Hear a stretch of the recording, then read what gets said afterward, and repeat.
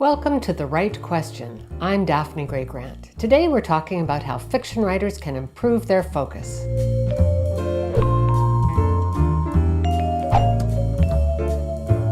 Today I'm answering a question from Paula Terzian from Walnut Creek, California. Here's her question. Hi, Daphne. This is Paula. I have a question. I'm finding it difficult to focus on my book when writing every morning. I tend to do free writing whatever comes up in my thoughts. It's more like journaling. Will mind mapping help with this? Thanks, Daphne. Thanks for the question, Paula.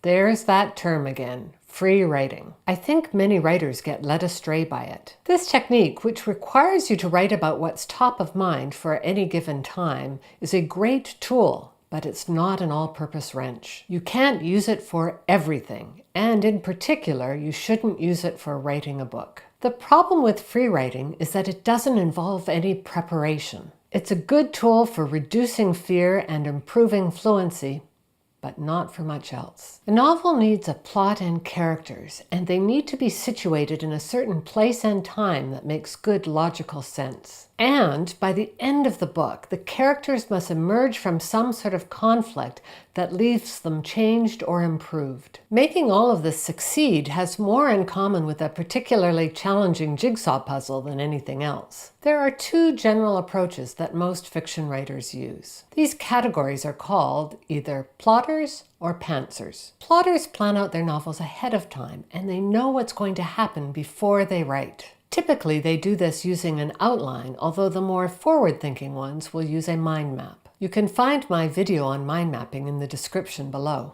Apparently, J.K. Rowling and John Grisham are both plotters. Pantsers, on the other hand, fly by the seat of their pants. They don't make a plan in advance, but instead wait for their characters to tell them what to do. Apparently, Margaret Atwood and Stephen King are both pantsers. I think it's a bit like being a night owl or a morning lark. Neither group is better than the other. Human biology has made the decision, and you just have to live with it. Fundamentally, though, these two styles are not different types of writing, but of preparation. Once the writing begins, both groups are putting words on paper. They both have great days where every word comes easily, and bad days where every syllable is a struggle. Regardless of preparation style, both plotters and pantsers have to keep themselves focused on their work.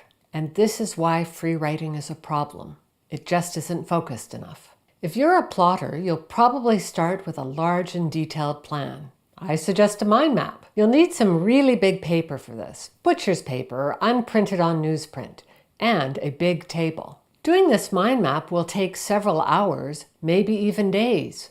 Don't rush it. Get a plot that's really going to work for you. If, on the other hand, you're a pantser, you might think you should start with absolutely no planning. Instead, I suggest you begin by writing a biography of every main character in your book. This should go into considerable detail, not all of which will necessarily appear in your final manuscript. The idea is to make sure you really know those characters. Then, on top of that, I suggest you do a small mind map before each writing session. This should take you no more than 5 minutes, and its sole purpose is to inspire you to write. Whatever you do, Paula, spend more time preparing and mind mapping, and I think you'll be better able to focus yourself. Finally, let me wrap up with some advice from novelist Muriel Spark. You should acquire a cat. Alone with the cat in the room where you work, the cat will invariably get up on your desk and settle placidly under the desk lamp. And the tranquility of the cat will gradually come to affect you, sitting there at your desk, so that all the excitable qualities that impede your concentration compose themselves and give your mind back the self-command it has lost. Thanks for your question, Paula. I hope this video helps you decide whether you're a plotter or a pantser. And you might also want to consider getting a cat.